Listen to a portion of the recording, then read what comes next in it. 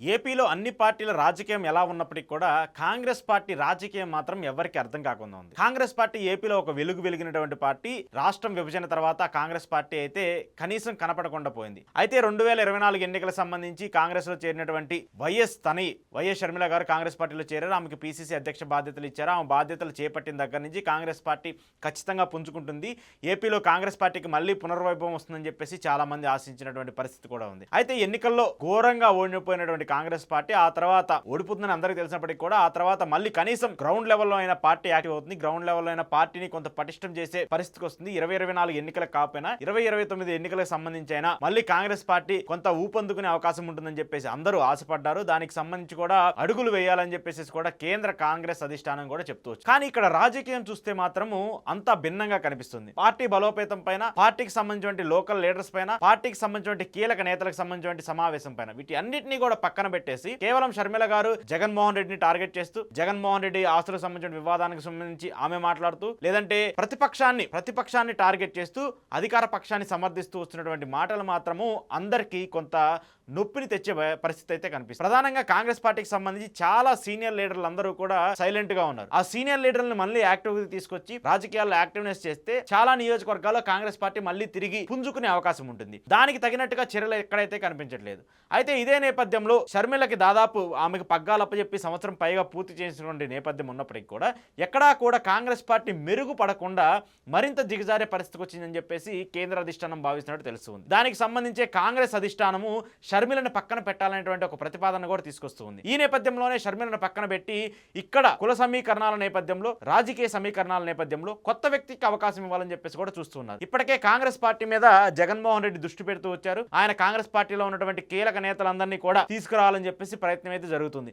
దానికి సంబంధించి మాజీ పీసీసీ అధ్యక్షుడిగా ఉన్నటువంటి, మాజీ మంత్రిగా పనిచేసినటువంటి శైలజానాథ్ని పార్టీలోకి తీసుకురావాలని చెప్పేసి ఆయన ఆలోచిస్తూ ఉన్నారు. ఇప్పటికే దానికి సంబంధించి ఒక ప్రక్రియ కూడా కొనసాగింది. ఇటీవల ఒక వివాహ వేడుకకు సంబంధించిన కార్యక్రమంలో కూడా జగన్మోహన్ రెడ్డితో శైలజానాథ్ భేటీ అయ్యారు. పార్టీలో చేరేందుకు కూడా ఒక ఖరారును అయితే తీసుకున్నట్టు ఒక సిగ్నల్ అయితే వస్తుంది. ఇలా పార్టీలకు సంబంధించి ఒక్కొక్కరు చేజారిపోతున్నటువంటి నేపథ్యంలో కాంగ్రెస్ పార్టీ మాత్రం ఎక్కడా కూడా స్పందించట్లేదు. వాళ్ళకి సంబంధించినటువంటి చేరికలను ఆపే ప్రయత్నం కూడా జరగట్లేదు.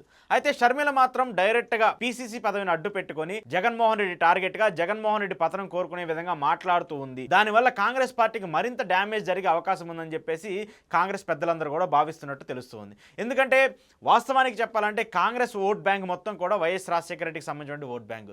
జగన్మోహన్ రెడ్డికి ఉన్నటువంటి ఓట్ బ్యాంక్ ఏదైనప్పటికీ కూడా అది పుట్టింది మాత్రం కాంగ్రెస్ పార్టీ నుంచి. ఆ తర్వాత కొన్ని రాజకీయ కారణాల వల్ల వైఎస్ జగన్ పార్టీ పెట్టడము, ఆ ఓట్ బ్యాంక్ మొత్తం కూడా వైసీపీకి టర్న్ అవ్వడం కూడా మనం చూస్తున్నాం. షర్మిల వచ్చినటువంటి నేపథ్యంలో ఆ ఓట్ బ్యాంక్ కొంత చేంజ్ అవుతుంది, కాంగ్రెస్ పార్టీకి పెరుగుతుందని చెప్పినప్పటికీ కూడా ఎక్కడా కూడా ఆమె పార్టీకి సంబంధించి రాజకీయాలు చేయకుండా వ్యక్తిగతంగా రాజకీయాలు చేస్తున్నారనేటువంటి ఒక వాదన అయితే ప్రధానంగా వినిపిస్తూ వస్తుంది. దానికి సంబంధించి ఇప్పుడు షర్మిల మీద కాంగ్రెస్ పార్టీ పెద్దలే, కాంగ్రెస్ పార్టీలో ఉన్నటువంటి సీనియర్ నేతలే అసహనం వ్యక్తం చేసినటువంటి సిచ్యువేషన్ కూడా కనిపిస్తుంది. ఇవన్నీ దృష్టిలో పెట్టుకున్నటువంటి కేంద్ర కాంగ్రెస్ అధిష్టానము ఇప్పుడు షర్మిలను పక్కన పెట్టేసి కొత్త వ్యక్తికి అవకాశం ఇవ్వాలని చెప్పేసి కూడా చూస్తుంది. దానికి సంబంధించి కాపు సామాజిక వర్గానికి చెందినటువంటి ఒక వ్యక్తిని రంగంలోకి తీసుకురావాలని చెప్పేసి కూడా కాంగ్రెస్ పార్టీ ఆలోచిస్తున్నట్టు తెలుస్తుంది. ఎందుకంటే కాపు సామాజిక వర్గానికి సంబంధించి ఏపీలో పెద్ద స్కోప్ ఉంటుంది. సామాజిక వర్గాల నేపథ్యంలో కావచ్చు, ఓట్ బ్యాంక్ నేపథ్యంలో కావచ్చు, కాపు సామాజిక వర్గం ఎక్కువగా శాతం కలిగి ఉన్నటువంటి కాబట్టి కాపు సామాజిక వర్గానికి చెందినటువంటి నేతను తీసుకొస్తే మాత్రము కాంగ్రెస్ పార్టీకి మరింత మైలేజ్ వచ్చే అవకాశం ఉంటుందనేది కూడా వాళ్ళు ఆలోచిస్తూ వస్తున్నారు. 2029 ఎన్నికలు కాకపోయినప్పటికీ కూడా ఆ తర్వాత వచ్చేటువంటి ఎన్నికలకైనా సరే కాంగ్రెస్ పార్టీని మళ్ళీ ఏపీలో యాక్టివ్ చేయాలనేటువంటి ఒక ప్రయత్నం అయితే కాంగ్రెస్ పార్టీ చేస్తుంది.